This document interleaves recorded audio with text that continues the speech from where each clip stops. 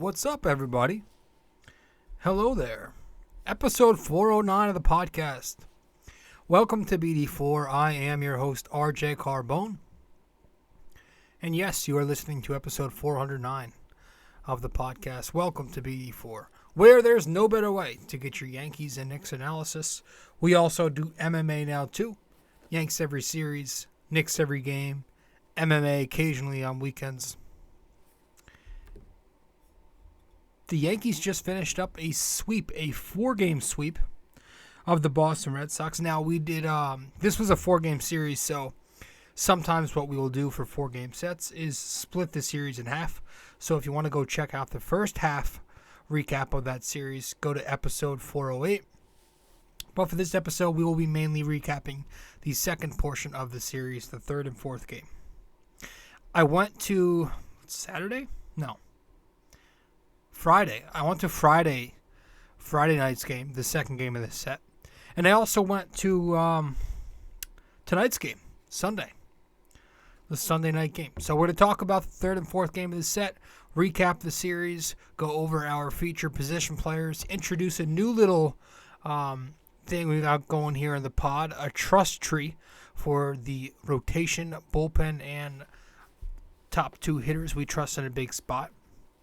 We will do all that, the question of the day, our Who Am I, our Parlay, and more.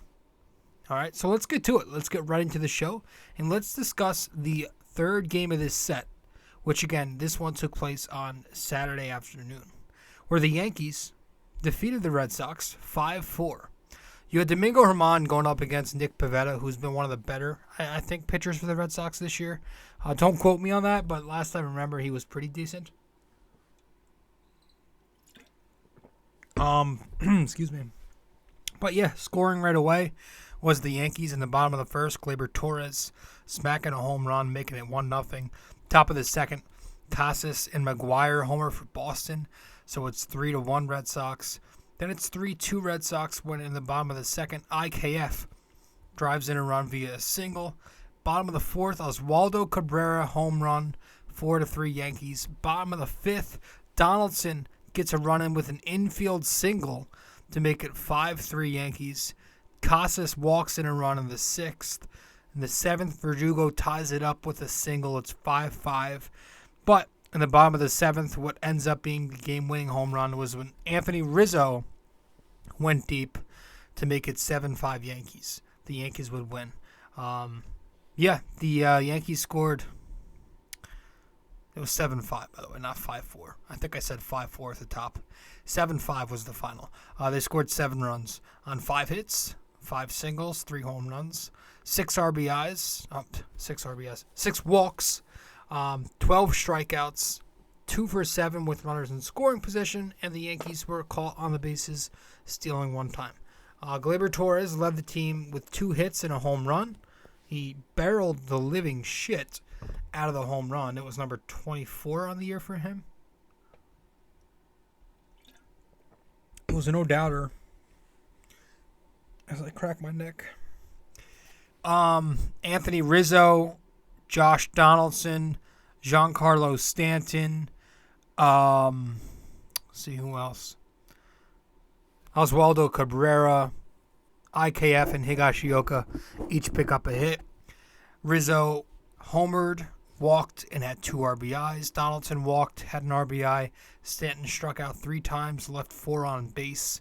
Cabrera homered, walked, had 2 RBIs. IKF picked up an RBI, and Higgy picked up a single. Judge and Bader were 0 for 3 with a walk. Bader did make an excellent catch late in the game to save runs with Clark Schmidt in the game there. I like what Bader does, man. He gets under the ball as he's about to catch it, kind of positions himself for the throw right before he makes the actual catch. It's pretty cool. I think he's known for that. Aaron Hicks drew a walk. Trivino was 0 for 1 in a pinch or in a late at-bat opportunity. Pitching-wise, Domingo German threw for the Yankees, back in the rotation, thank God. 5 innings, 3 runs, 3 hits, a walk, 5 strikeouts, 2 homers allowed, 66 pitches. He wasn't that good, but he wasn't that bad. It was just the long ball that bit him, and that's the one thing that worries me about German is that he does give up some long balls, and he's got to be precise with his location. He's got to be, if he doesn't have his grade A command, that's going to worry me in the playoffs because he doesn't have electric velocity. His velocity is not going to be 95, 99. It's going to be more 93. And he does hang some curveballs here and there, as good as that arc is to it. So the one thing that worries about me, fucking can't speak. I tell you, man, I do this often. It's because I speak too fast. But the one thing that worries me about German is that he doesn't always have the best command, and that can lead to some home runs. But I thought he threw well. Was done after 66 pitches. I mean, there's saving for the postseason, and then there's removing a professional baseball starting pitcher after 60 pitches. Two different things. It's just it's absurd to me. Like I get it, but that's 60 something pitches right there. You can let the guy throw 20 more. That'll get him to 86. That's nothing. Give him another inning. Let him go out there for one more time around the order, even if it looks good. I mean, Jesus Christ. But he threw okay. The bullpen, 4 innings, 2 runs. Zach Britton made his return. A third of an inning, a run, a hit, 3 walks, and 19 pitches needed for all of that. Awful. Just straight awful. And I don't blame Britton. I mean, he's, when the guy is healthy, he walks the entire ballpark. Not being efficient is who he is. This is Boone. You're going to go out there and run tests with the pitcher who hasn't thrown a baseball in over a year during a 2-run game with the middle of the order up in the middle of a pennant race where the Yankees are still going for the division at the time. That's when you decide to test the waters. Like, I would have just waited till the Yankees had a laugher. I don't know. It's all nonsense because they won anyway, and who cares? Trivino, after that, an inning, a run, a hit, 2 strikeouts. This dude is kind of a run-allowing machine. And yeah, the ERA with the Yankees is low. It's like 2. But the inherited runners come across 2 all the time when he comes in. I think he's allowed a combined 11 runs between earned runs and inherited runs in 18 innings as a Yankee. Not good.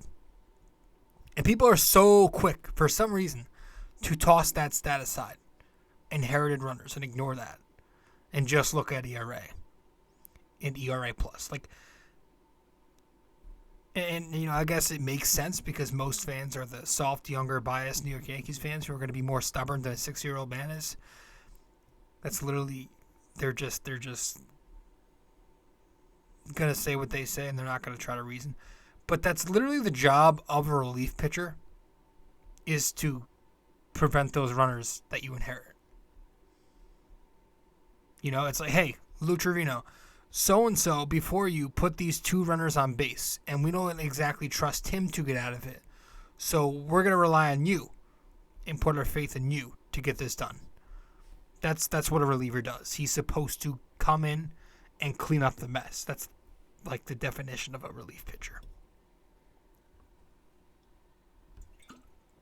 So I just feel like we should put more emphasis on relief pitchers allowing those inherited runners to score. And Lou Trivino has done that a lot.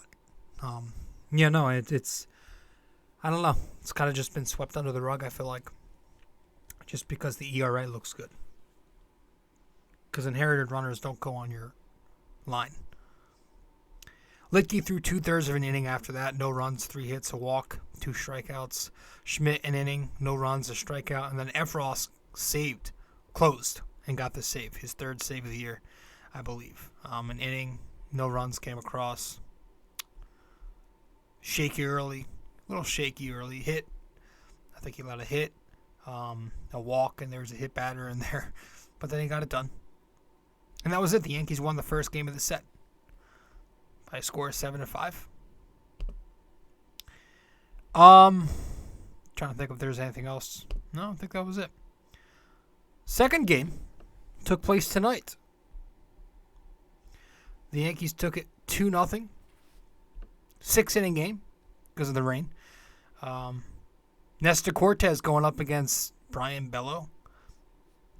Bottom of the fourth, Jose Trivino singled. Bottom of the sixth, the Yankees scored another run when Ref Snyder made an error out in right field off the bat of Marwin Gonzalez, and it was 2-0 Yankees.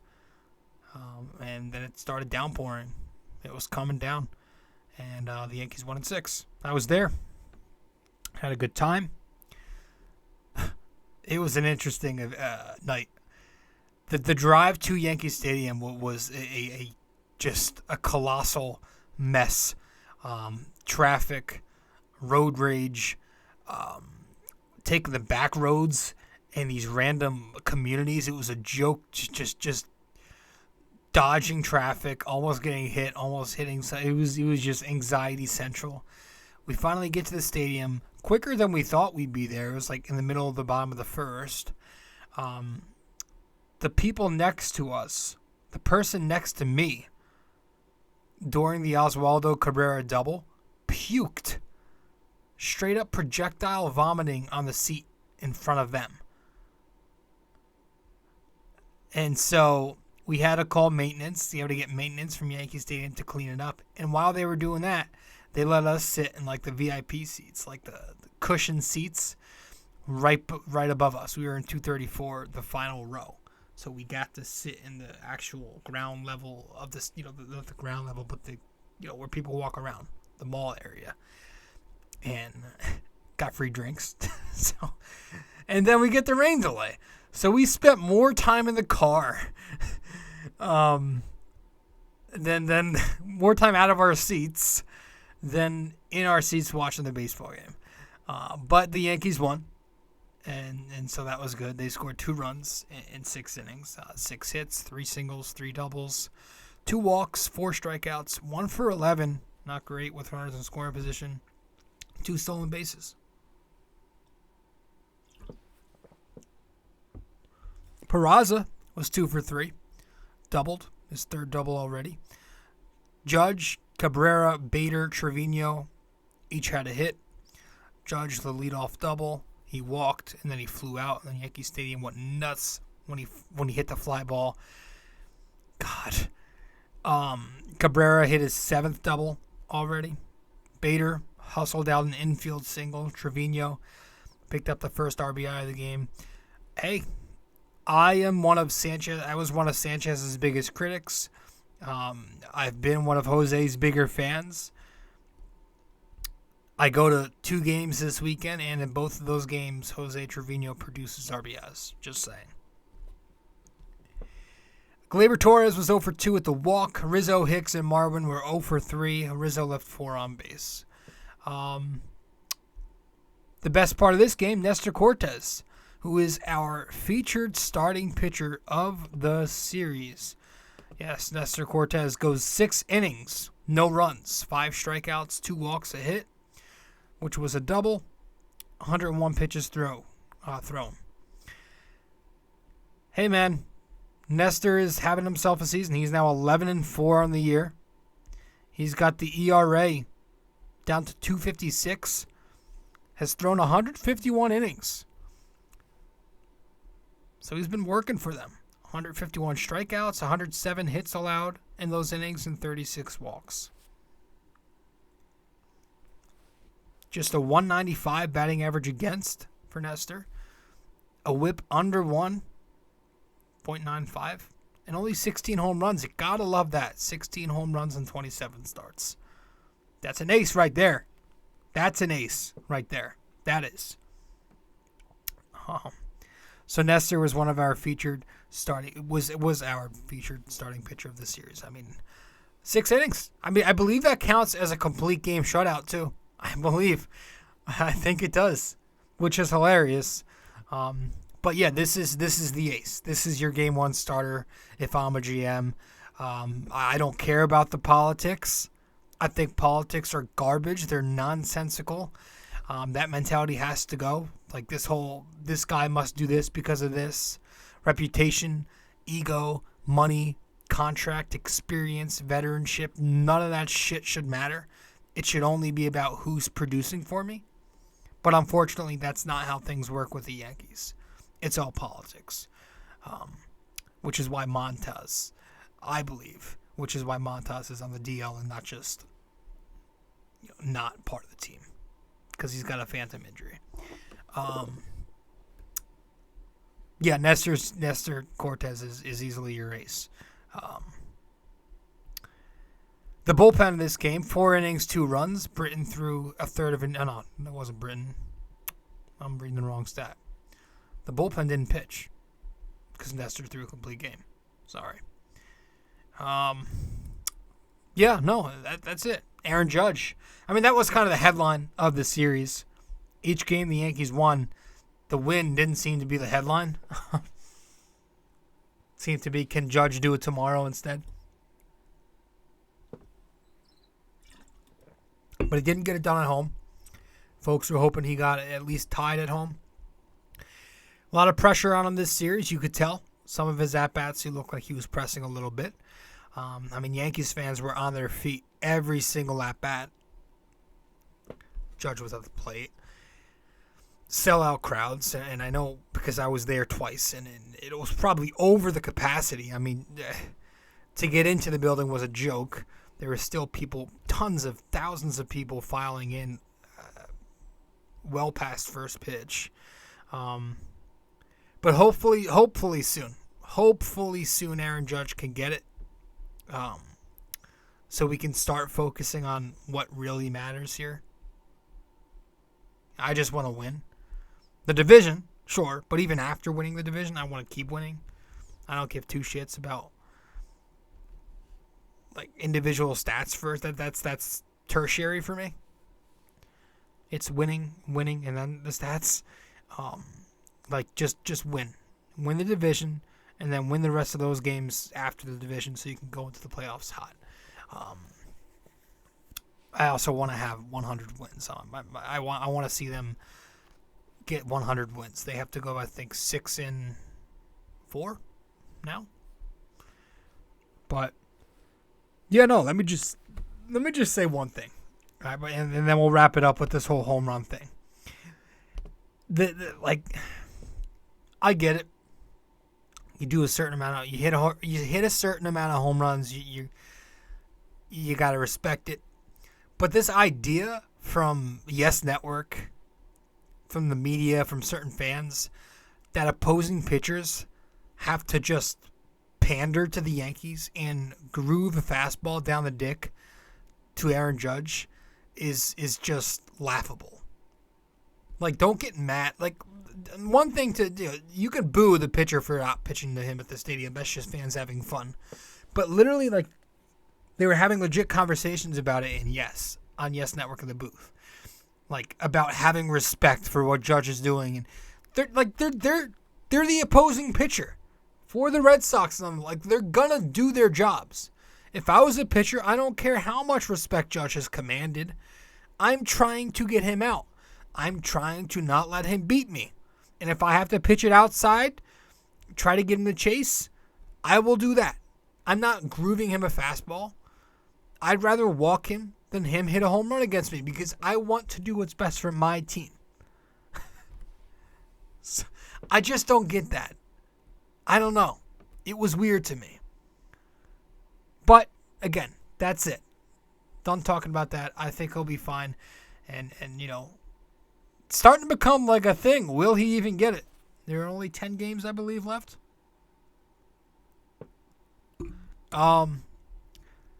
Who else? Stanton was off tonight. Oswaldo Peraza. Dude can hit. He could hit. It's impressive that he's hit this much with very sporadic playing time. He barely plays, but he's hitting. He's 8 for 27. That's 296 with 3 doubles, 3 walks, and 5 strikeouts. in 12 games. Please keep playing him. Because every time he does play, he hits. So that's, a team that believes in Hot would play him. But this is the Yankees. I don't know that they will. But, yeah, Peraza, I would love to see him in there tomorrow against Toronto. Young talent going up against another team with young talent. Gleyber Torres. I want to talk about Gleyber Torres.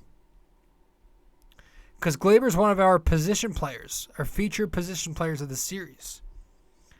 Now, this series, Gleyber was 3 for 12. A single, a double, and a homer. 3 RBIs, 4 walks, 4 strikeouts, 1 run scored, and 7 total bases for Gleyber in these 4 games. On the year, Gleyber has the average up to 251, on base at 307, the slugging at 448, and the OPS at 755 now. So there you go. He's putting himself together a better season. 24 homers, 70 RBIs, 10 stolen bases. He's turning his season. It was ugly for about a month and a half for him. It really was. Post All-Star break for a whole long time. It looked like dog shit. The focus was not there. The lapses in the field, on the bases, at the plate were all awful. But he seems locked in again, and it seems like this is just who he is. He's very streaky. He's going to have lulls, and he's going to have peaks. Right now, he's peaking. So he's having a solid year overall when you look at the numbers. He could, again, my goal for him is to be 260, 800. I don't know how realistic that is with just 10 games remaining, but we'll see. So Gleyber has had a good stretch for a while now. And he keeps winning feature position player spots. You know who does too? Oswaldo Cabrera. I gave him one of the featured spots of the series. He was 3 for 12. Single, a double, and a homer himself. 2 RBIs, 2 walks, 3 strikeouts. 4 runs scored and 7 total bases in these 4 games he played. He's batting .233 on the year. His OPS is up to .709 because he's slugging. He's getting some extra base hits in 34 games. Oswaldo Cabrera has 4 home runs, 7 doubles, 17 RBIs, and 2 stolen bases. Kid's fun to watch, man. He's fun to watch. He hits the ball hard, puts up good at-bats, always putting up quality at-bats. That's one thing that goes overlooked. And, of course, he's playing really good defense. Wherever you ask him to, he'll do it. That's the most impressive part to me. Kid plays wherever he's asked. And he does it well. Also got to give a quick shout-out and credit to Josh Donaldson, because Daddy Donaldson's hitting. In his last 15 games, Josh Donaldson is hitting .304. 4 extra base hits, 10 RBIs, 8 walks. It's going the other way more. He's barreling up the ball. Level swing. He's got such a nice swing that when he gets hit, it's fun to watch. And I might have said this on the last show. I wouldn't be shocked if Donaldson really played a big factor in the postseason and started to rake. I just have a weird feeling. Veteran who's been there before, he's had some clutch moments. I don't know. We're going to go over a little trust tree. So what we're going to do when we get back from break is go over the 2 starting pitchers who I trust the most in a big game, in order. Then we're going to go over the 2 relief pitchers who I trust the most in a big game, in order, in a big spot. And then we'll go over the top 2 hitters that I trust in a big spot. All right, and we'll update this every episode. So I got my lists for this one. A little trust tree. First, we're going to head to a quick break, get back, and we'll go over it. Stay with us 1 sec. Hey guys, so if you are a listener of the podcast often and you want to know where to find me on social media, you can find me on Facebook at BD4. You can find me on Twitter at BD4Pod. And you can also find me on Instagram at Rob J. Carbone.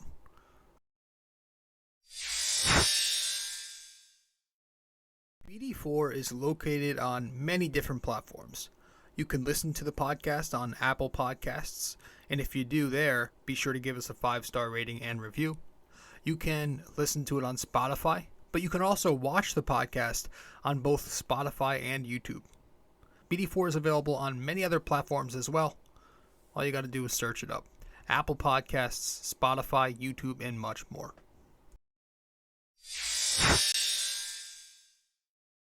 We also have a website now for BD4.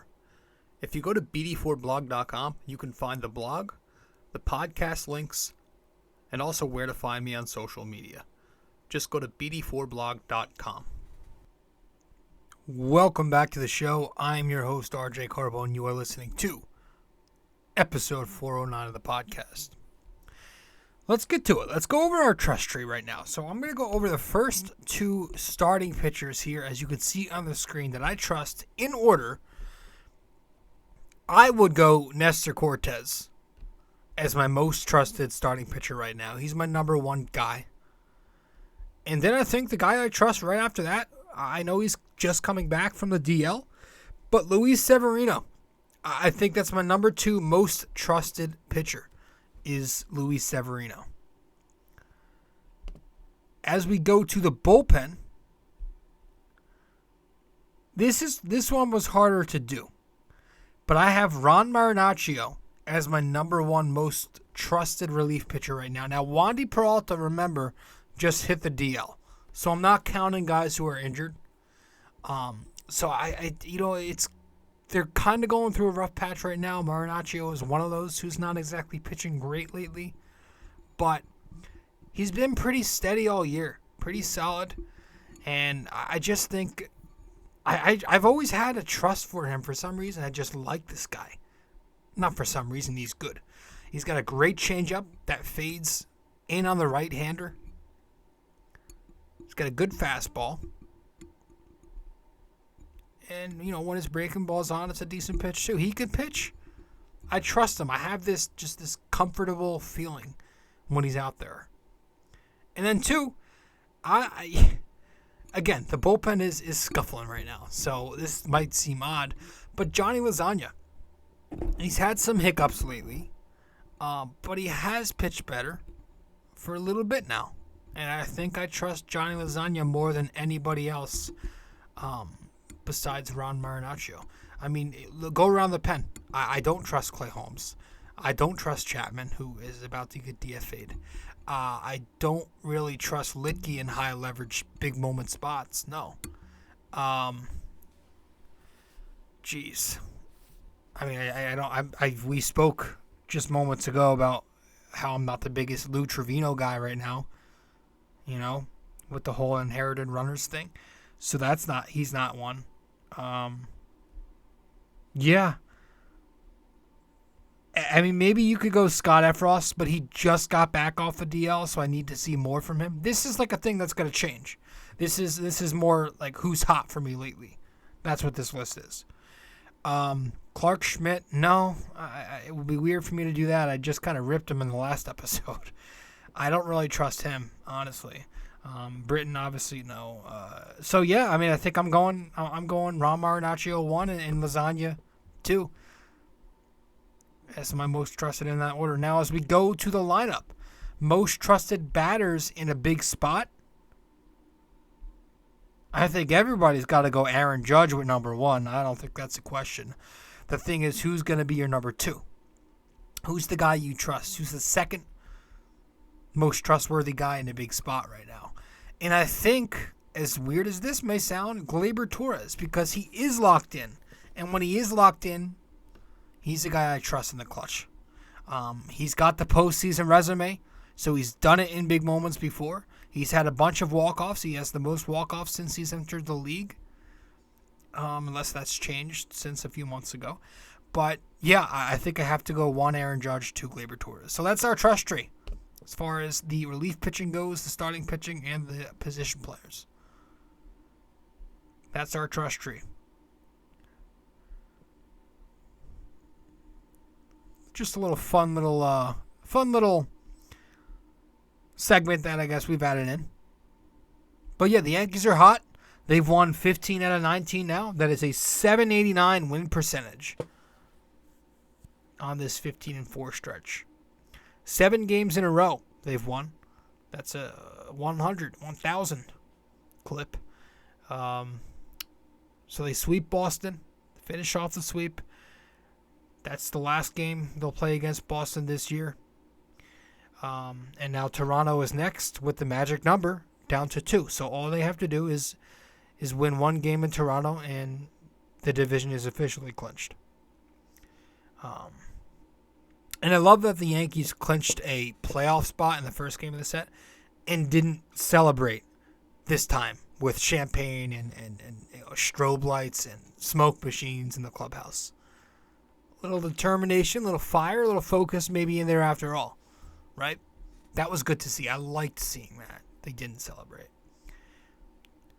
We'll head to our final break, and we'll wrap this up with the question of the day, our parlay, and our Who Am I? Stay with us. Be right back.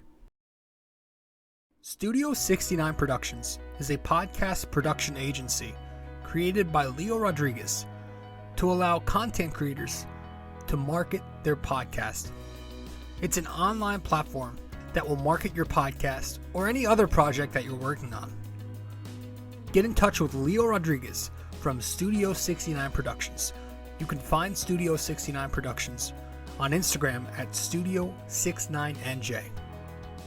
Studio 69 Productions, where dreams are heard and born.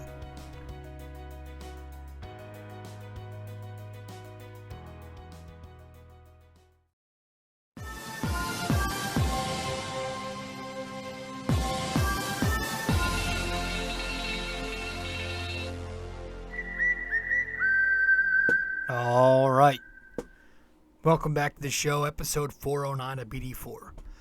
Our NYY-NYK-MMA question of the day for this episode is, who was the most recent Yankee to win a Triple Crown in what year? By the way, Judge is back on top in terms of the Triple Crown. Who was the most recent Yankee to win a Triple Crown and what year? All right. So let me know the answer wherever you can reach me. Facebook, Instagram, or Twitter. And by the way, we have changed our Facebook to BD4. So it's no longer RJ Carbone. So if you're looking for me on Facebook, it's BD4. If you're looking for me on Twitter, I also have a Twitter for BD4. It's at BD4 blog, or pod, sorry. So I'm on Twitter at BD4 pod. At BD4 pod on Twitter. And of course, I'm on Instagram at Rob J. Carbone. So one last time, our NYY-NYK-MMA question of the day is, who was the most recent Yankee to win a Triple Crown and what year? All right, if you get the answer correct, I'll give you a shout out on the next episode. If you do not get it correct, I'll let you know what the answer is in the next episode. Now, for episode 408, friend of the show, Greg Gill, actually got the answer correct. We had a true or false episode for 408. For 408, it was true or false. Aaron Judge is currently top 15 in home runs for franchise history. And he's fucking right. He said true. He's actually fucking 12th, Judge. But Greg Gill from Yankee Crazy Podcast, go subscribe to that show if you have not yet. He nailed it. Thanks for playing, Greg. Let's get to our parlay.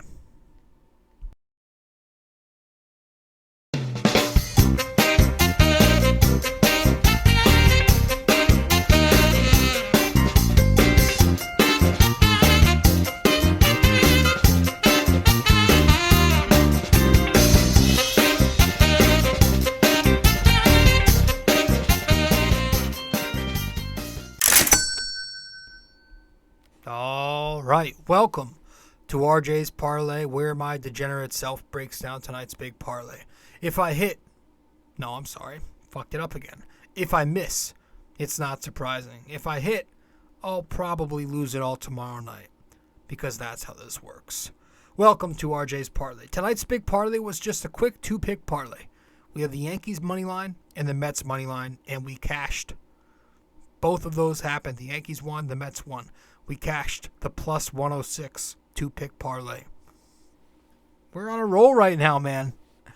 We are on a roll. Let's wrap it up with our Who Am I? Now, if you are new to the show, we give you a former Yankee, and we tell you which years he played for the Yankees and other teams, and then we give you a hint and tell you the handedness of that player, and you're going to get 1 minute to guess who it is.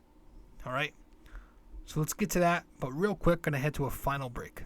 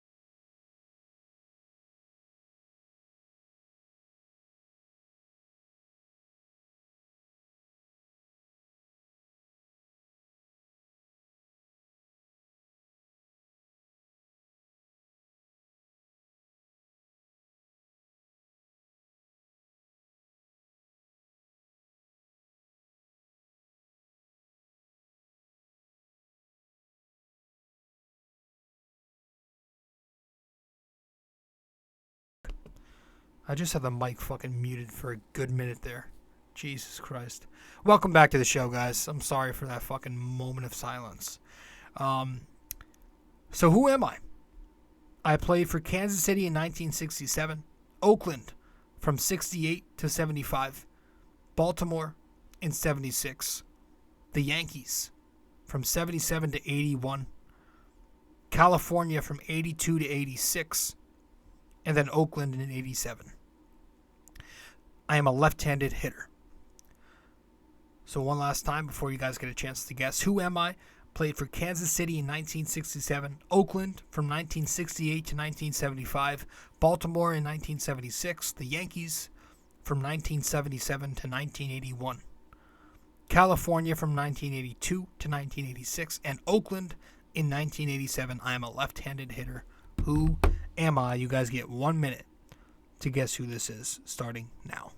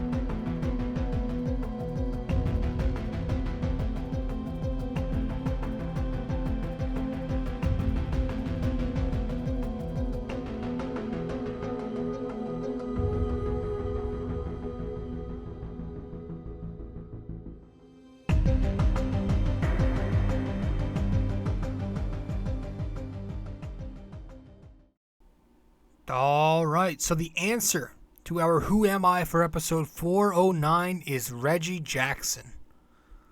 Reggie Jackson is the answer to the question. All right, guys, that's it. That's all I got. The Yanks finish off the sweep against Boston, and that is it as far as these two teams meeting again in 2022. As far as this podcast goes, I'll see you in 410 at the end of the Toronto series. Sometime in the coming week or so, I want to get a Knicks episode out there and do our preseason predictions and stuff. Or regular season projections. We'll have that out hopefully sometime in the next week or two. All right, guys, that's it. I'll see you in the next one, episode 409 of the books. The Yanks finish off the sweep. I'll see you next time. All right, guys. Ciao.